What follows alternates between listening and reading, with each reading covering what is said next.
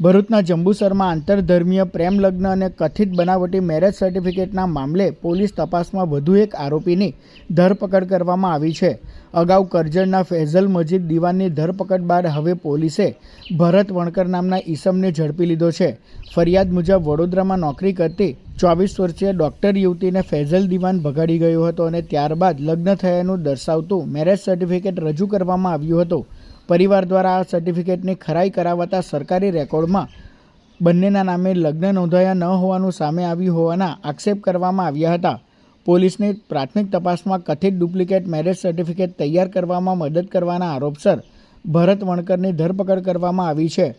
અહેવાલો મુજબ લગ્નની પ્રક્રિયામાં ભરત વણકરની ભૂમિકા હોવાનો આક્ષેપ કરવામાં આવ્યો છે અને કથિત બોગસ સર્ટિફિકેટ તૈયાર કરવામાં મદદ કરવામાં આવી હોવાની પોલીસ તપાસ ચાલી રહી છે.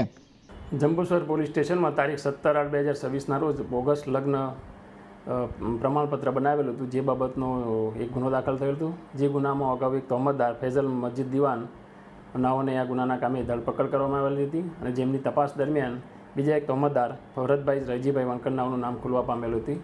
તેઓને પણ ગઈકાલે જંબુસર પોલીસે આ ગુનાના કામે અટક કરેલ છે અને એ ગુનાની તપાસ દરમિયાન આજરોજ નામદાર કોર્ટમાં રજૂ કરતાં તેમને દિન 3ના રિમાન્ડ મળેલ છે અને આ ગુનામાં હજુ પણ બીજા જે પણ વ્યક્તિઓ સંડોવાયેલ છે તેમની પણ ધરપકડ કરવામાં આવશે.